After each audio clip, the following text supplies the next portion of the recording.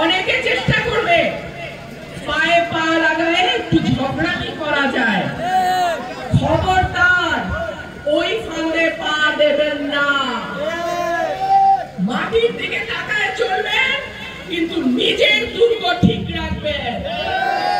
মাটির দিকে তাকায় চলবেন, কিন্তু ব্যারিস্টার রুমিন ফারহানার ব্যাপারে কোনো আপোষ করবেন না। কোথায় দেখছে? মোবাইলে দেখছে। আজকাল সবার হাতে হাতে মোবাইল টেলিফোন।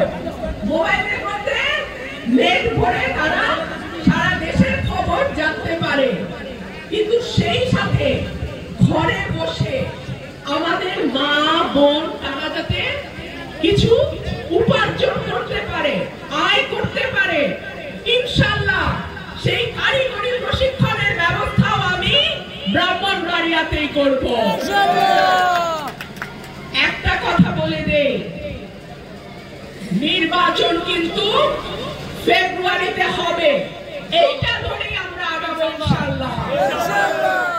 এর মধ্যে যদি কেউ নির্বাচন বানচালের চেষ্টা করে, কেউ যদি মনে করে ফেব্রুয়ারিতে নির্বাচন হলে তার পক্ষে নির্বাচনে ভালো করা সম্ভব না, সেই দলের পক্ষে নির্বাচনে জিতা সম্ভব না, সুতরাং কেউ যদি মনে করে নির্বাচন পিছিয়ে দেবে, হুঁশিয়ারি দেয়, ইনশাআল্লাহ ফেব্রুয়ারির মধ্যেই বাংলাদেশের নির্বাচন হতে হবে।